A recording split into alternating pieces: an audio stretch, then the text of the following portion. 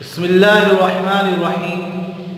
السلام علیکم ورحمۃ اللہ وبرکاتہ۔ عزیز طلبہ، اسلامیات سلسلہ نمبر 6 کا اگلا سبق ہے ہجرت، یعنی وطن سے جدائی۔ اپنے شہر سے، اپنے علاقے سے یا اپنے ملک سے روانہ ہو جانا، اس کو چھوڑ کے دوسری جگہ جانا، اس وطن کی جدائی ہونا، یہ ہجرت ہے۔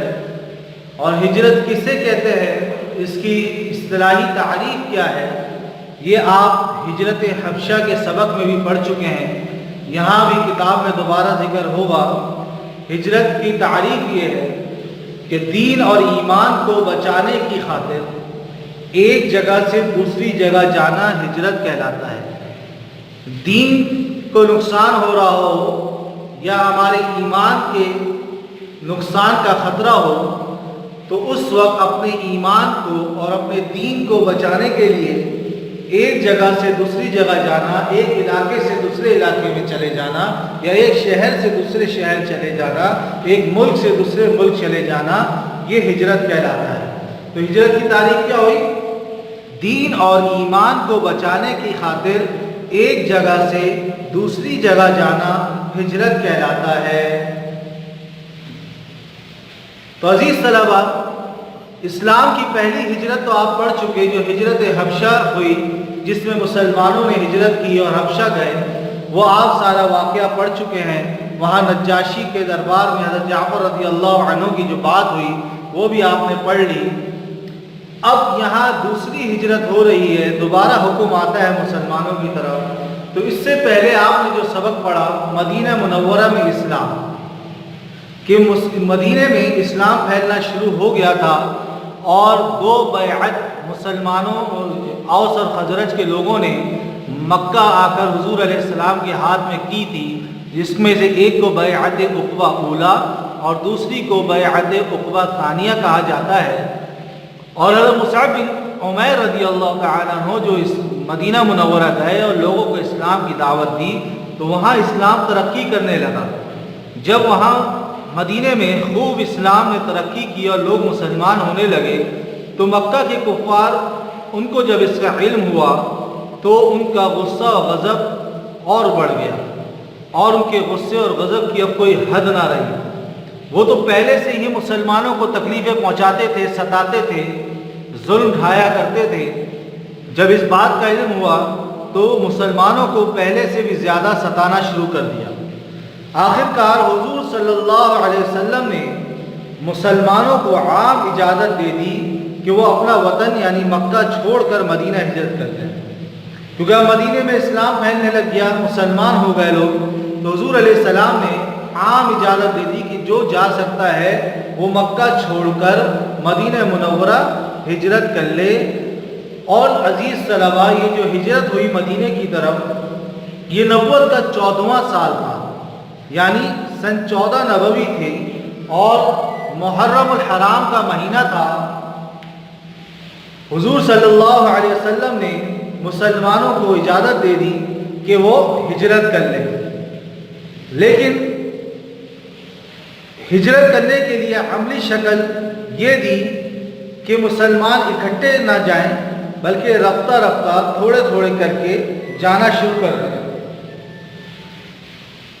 اور اس کے لیے مسلمانوں نے قربانی دی کہ انہوں نے اپنا گھر چھوڑا، اپنا مال و دولت وہاں چھوڑ دیا، زمینیں جو تھی وہ چھوڑ دی، اور جو اکیلے جا سکتے تھے، بیوی بچوں کو ابھی نہیں لے جا سکتے تھے، وہ اکیلے گئے، بیوی بچے وہیں چھوڑ دیے، صرف اور صرف ایمان لے کر چلے، اللہ کا نام لے کر چلے، اور دین اسلام کی محنت کی نیت لے کر چلے، اور انہوں نے دین اور ایمان کو بچانے کی خاطر یہ قربانی دی، اور اپنا شہر مکہ چھوڑ کر مدینہ منورہ کی طرف ہجرت کر لی۔ یہ مسلمان ہجرت کرتے رہے، اور تقریباً تمام مسلمانوں نے ہجرت کر لی۔ اب مکہ مکرمہ میں حضور صلی اللہ علیہ وسلم موجود ہیں، حضرت ابوبکر صدیق رضی اللہ عنہ اور حضرت علی المرتضی رضی اللہ تعالیٰ عنہ موجود ہیں۔ ان کے ساتھ چند مسلمانوں کے سوا کوئی نہیں رہا، چند مسلمان اور رہ گئے، اور یہ 3 حضرات بھی موجود ہیں۔ اور تمام مسلمانوں نے مدینہ منورہ کی طرف ہجرت فرما لی۔ رسول اللہ صلی اللہ علیہ وسلم کو بھی ہجرت کرنی تھی، لیکن اللہ تعالیٰ کے حکم کے منتظر تھے کہ جب اللہ تعالیٰ کا حکم آئے گا تو ہم حضور علیہ السلام بھی ہجرت فرمائیں گے۔ تو عزیز طلباء، اس کے بعد جو ہمارا سبق ہے وہ ہے حضرت صلی اللہ علیہ وسلم کا سفر ہجرت، کہ جب حضور علیہ السلام کو بھی حکم آ گیا تو انہوں نے ہجرت کی، اور مسلمانوں نے، کافروں نے ان کے خلاف کیا سازشیں کی اور کس طرح حضور علیہ السلام نے ہجرت کی، وہ سارا تذکرہ اس میں آ جائے گا۔ آج کے سبق میں ہم صرف اتنا ہی پڑھتے ہیں کہ یہ عام مسلمانوں کی ہجرت کیسے ہوئی اور کس طرح وہ روانہ ہو گئے۔ اب ہم اس سبق کی ریڈنگ کر لیتے ہیں۔ صفحہ نمبر 45 یعنی 45 نمبر صفحہ آپ کتاب کا کھول لیجئے۔ صفحہ نمبر 45، ہجرت یعنی وطن سے جدائی۔ ہجرت کسے کہتے ہیں؟ دین اور ایمان کو بچانے کی خاطر ایک جگہ سے دوسری جگہ جانا ہجرت کہلاتا ہے۔ یہ تعریف آپ یاد بھی کر لیں، عملی کتاب میں بھی اس کا سوال ہوگا، وہ بھی لکھنا ہوگا، یہ یاد بھی رکھیں آپ۔ عام مسلمانوں کی ہجرت۔ مدینہ منورہ میں اسلام خوب ترقی کرنے لگا۔ مکہ کے کفار کو جب معلوم ہوا کہ مدینہ منورہ میں اسلام خوب ترقی کر رہا ہے، پھر تو ان کے غصہ و غضب کی کوئی حد نہ رہی۔ اب انہوں نے مسلمانوں کو پہلے سے بھی زیادہ ستانا شروع کر دیا۔ پہلے ہی اتنی تکلیفیں دیا کرتے تھے اور نقصان پہنچاتے تھے، اب یہ معاملہ بڑھ گیا۔ آخر کار حضور صلی اللہ علیہ وسلم نے مسلمانوں کو عام اجازت دے دی کہ وہ اپنا وطن یعنی مکہ چھوڑ کر مدینہ ہجرت کرتا ہے۔ عام اجازت دی کہ اب جو جا سکتا ہے وہ چلا جائے۔ یہ نبوت کا 14واں سال یعنی سن 14 نبوی تھا، 14واں سال تھا، اور اسی سال جب حضور علیہ السلام نے ہجرت کی تو یہی سال جو ہے یکم ہجری بھی بن گیا، اور ہجرت کا پہلا سال بھی بن گیا اور یکم ہجری کہلایا۔ اور سال کا پہلا مہینہ یعنی محرم الحرام شروع ہو گیا تھا۔ مہینہ پہلے ہی تھا، ابھی 14واں سال یعنی 14 نبوی شروع ہی ہوا تھا، اس میں حضور علیہ السلام نے عام اجازت دے دی۔ اسی سال اور اسی ماہ نبی علیہ السلام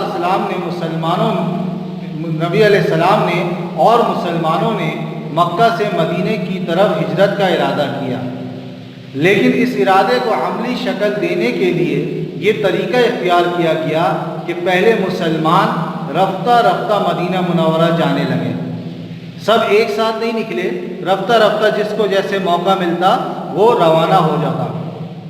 انہوں نے یعنی مسلمانوں نے اللہ کے لیے، اس دین اسلام کے لیے، اپنے ایمان کو اور دین کو بچانے کے لیے گھر چھوڑا، مال چھوڑا، بیوی بچے چھوڑے، صرف ایمان لے کر چل دیے، اللہ کا دین اور ایمان لے کر چل دیے۔ اب مکہ مکرمہ میں حضرت صلی اللہ علیہ وسلم، حضرت ابوبکر صدیق رضی اللہ عنہ اور حضرت علی رضی اللہ تعالیٰ عنہ اور ان کے ساتھ چند مسلمانوں کے سوا کوئی نہیں رہا، یعنی تمام مسلمان تقریباً روانہ ہو گئے اور مدینہ منورہ ہجرت کر گئے۔ رسول اللہ صلی اللہ علیہ وسلم بھی ہجرت کے لیے اللہ تعالیٰ کے حکم کے منتظر تھے، انتظار تھا کہ اللہ کی طرف سے جب حکم آئے گا کہ حضور علیہ السلام بھی ہجرت کر لیں تو حضور علیہ السلام اس کے انتظار میں تھے۔